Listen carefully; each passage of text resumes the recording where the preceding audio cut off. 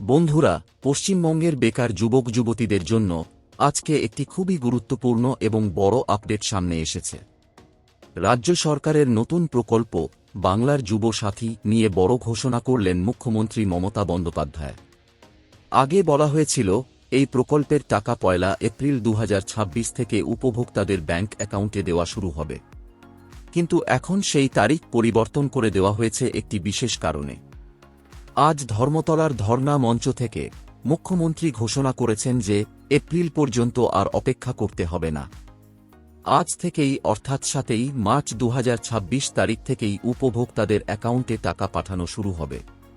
মুখ্যমন্ত্রী বলেন, রাজ্যের বাজেটে অনেকগুলো সামাজিক প্রকল্প ঘোষণা করা হয়েছিল। তার মধ্যে দুটি গুরুত্বপূর্ণ প্রকল্প হল যুব সাথী প্রকল্প এবং অন্যটি ক্ষেত মজদুরদের জন্য প্রকল্প। প্রথমে সিদ্ধান্ত ছিল এই প্রকল্পগুলোর টাকা ১ এপ্রিল থেকে দেওয়া হবে, কিন্তু সামনে ইন্টারন্যাশনাল ওম্যানস ডে থাকায় সেই উপলক্ষে রাজ্যের মানুষকে উপহার দিতে সরকার সিদ্ধান্ত নিয়েছে ১ এপ্রিলের আগেই টাকা দেওয়া শুরু করার। এর ফলে যেসব বেকার যুবক যুবতী এই প্রকল্পের আওতায় আসবেন তারা এখন থেকেই মাসিক আর্থিক সহায়তা পেতে শুরু করবেন। বন্ধুরা, এখন একটু বিস্তারিতভাবে জেনে নেওয়া যাক বাংলার যুব সাথী প্রকল্প আসলে কি এবং কারা এই সুবিধা পাবেন। এই প্রকল্পটি মূলত পশ্চিমবঙ্গের শিক্ষিত কিন্তু বেকার যুব সমাজকে আর্থিকভাবে সাহায্য করার জন্য চালু করা হয়েছে। বর্তমান সময়ের অর্থনৈতিক পরিস্থিতিতে অনেক যুবক যুবতী পড়াশোনা শেষ করার পরও চাকরি পাচ্ছেন না। সেই সময়টাতে তাদের কিছুটা আর্থিক নিরাপত্তা দেওয়ার জন্যই এই প্রকল্প চালু করেছে রাজ্য সরকার। এই প্রকল্পের মাধ্যমে প্রতি মাসে ১,৫০০ টাকা করে ভাতা দেওয়া হবে, আর এই ভাতা দেওয়া হবে সর্বোচ্চ ৫ বছর পর্যন্ত। অর্থাৎ একজন উপভোক্তা যদি পুরো ৫ বছর এই প্রকল্পের সুবিধা পান তাহলে তিনি মোট প্রায় ৯০,০০০ টাকা পর্যন্ত আর্থিক সাহায্য পেতে পারেন। এবার কথা হল, কারা এই প্রকল্পের জন্য যোগ্য। সরকারি ঘোষণার অনুযায়ী এই প্রকল্পের সুবিধা পাওয়ার জন্য কিছু নির্দিষ্ট যোগ্যতা থাকতে হবে। প্রথমত, আবেদনকারীকে অবশ্যই পশ্চিমবঙ্গের স্থায়ী বাসিন্দা হতে হবে।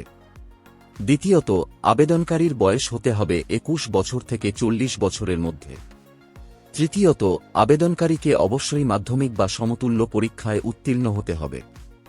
আরেকটি গুরুত্বপূর্ণ শর্ত হল, যে সমস্ত যুবক যুবতী ইতিমধ্যে রাজ্য সরকারের অন্য কোনো সামাজিক সুরক্ষা প্রকল্পের সুবিধা পাচ্ছেন তারা এই প্রকল্পের সুবিধা নাও পেতে পারেন।